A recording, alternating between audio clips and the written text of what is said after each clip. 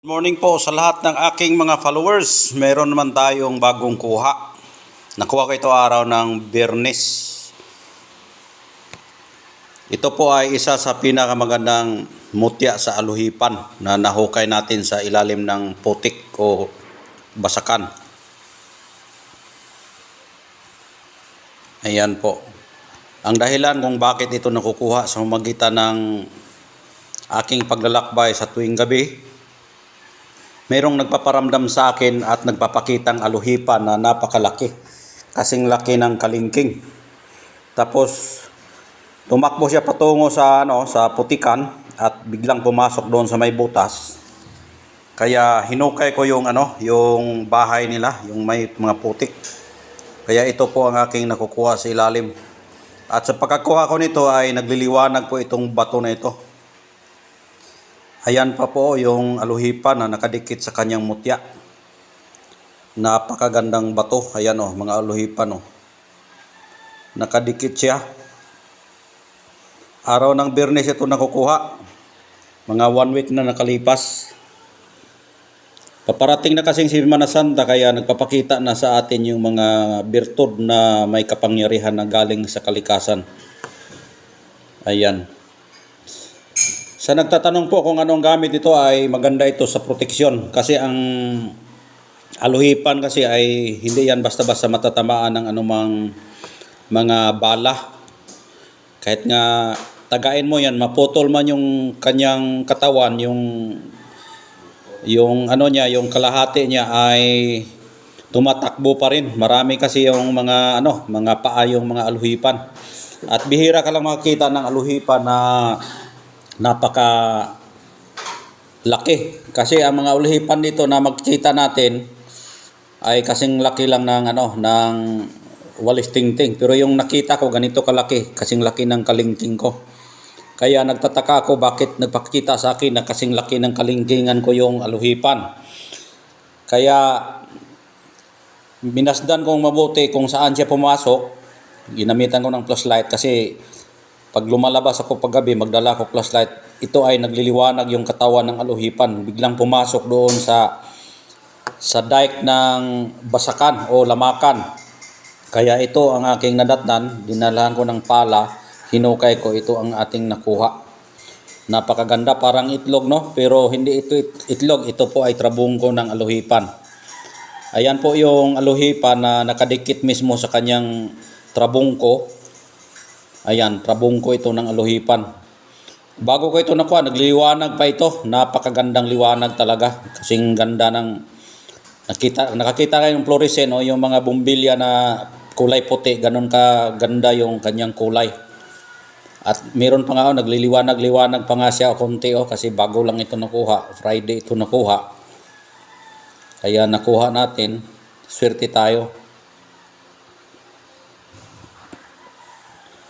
Ang gamit ito, pamproteksyon ito, hindi ka matamaan ng, limbawa kung barilin ka, hindi ka matatamaan.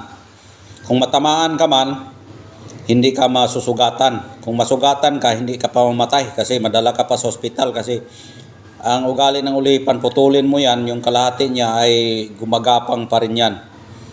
Ganyan po katindi ang aluhipan na birtud niya. Ayan.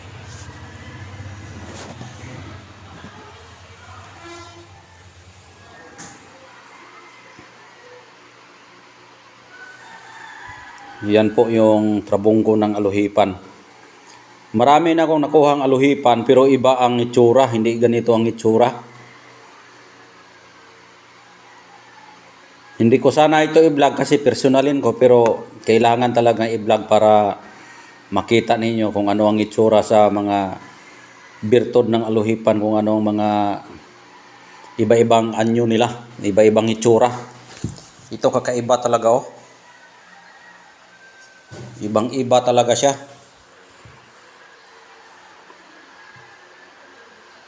Nagliliwanag pa nga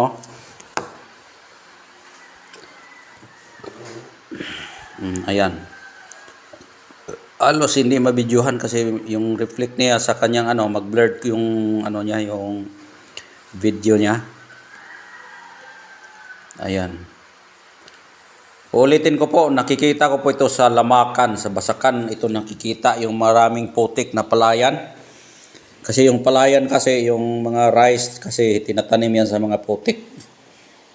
Yung mga palay.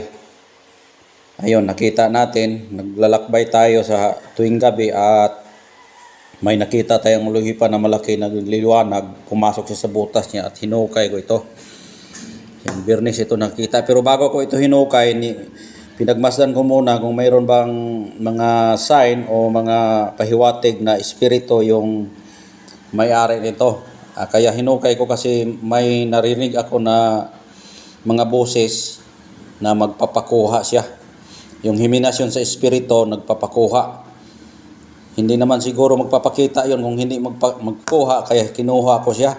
Paghukay ko nito, mga abot mga 1 feet, saka ko na ito nakita. At marami talaga siyang mga kasamang mga aluhipan na nagkumpol-kumpol. At ito ang kanilang pinapalibutan, nagliliwanag itong bato na ito. Hindi ko lang sila pinatay kasi pagpatayin mo yan, mawala kasi ang mawala ang kanilang mutya, bigla itong mawala. Kaya hiningi ko talaga ito para makuha natin, para ibigay talaga. Pagbigay niya, naabot mga ilang araw, saka ko na ito i-vlog. Kasi baga bumalik ito sa dati na lumambot. May mga may mga itlog sila na ang kulay nila iba-iba ang kulay ng mga itlog. May mga green, may mga puti. Pero hindi ko muna kinuha yun. Ito ang kinuha ko nila na malaki talaga ang kanilang trabungko. Yung trabungko ang inuna ko, yung itlog hindi ko muna kinuha yun para hindi sila hindi sila maglayas. Kasi pag kukunin mo lahat yung mga itlog nila doon, baka lumaya sila. Kaya ito na lang ang kinuha ko, yung kanilang trabungko na pinapalibutan, at ito ang pinakamalaki. Parang itlog ng manok, no? Pero hindi ito itlog ng manok, no? Ito po ay isang trabungko ng aluhipan. Ayan. Grabe yung lakas ng kapangyarihan niya, oh. Nagliliwanag talaga, nagre-reflect yung liwanag niya, oh.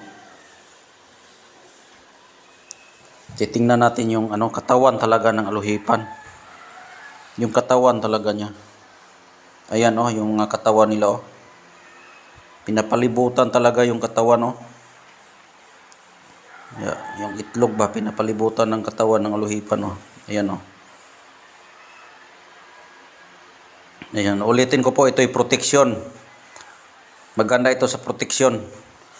Hindi ka maputukan, tagulilong, taguliwas, panipas, pangubol, pangasam, pangayay, gamot sa kulam, barang hilo. Ito ay magamit ninyo. Ayan. Magamit ito. Ayan. May nakakuha na ito dati sa akin, pero hindi ito ang itsura. Nakakuha sa akin yung tagahulo. Sa Tausog yung nakakuha sa akin.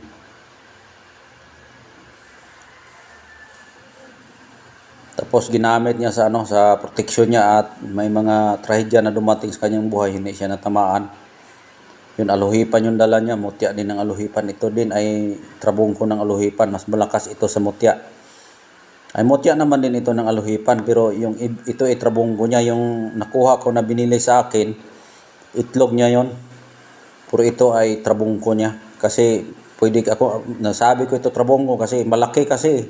Maraming nagkumpul-kumpul ito, hinahawakan ito ng maraming mga aluhipan. Ayan. Yun lang po ang aking masasabi, at maraming salamat dahil wala na po tayong oras. Kung ito'y mapaibig ninyo, may number akong iniwan dyan. Text lang kayo sa akin or chat yung aking Facebook account, Commander Bugtungan. At may number ako dyan, pwede kayong mag-text sa akin or mag-chat. At yun lang po, at maraming salamat at God bless po yung lahat.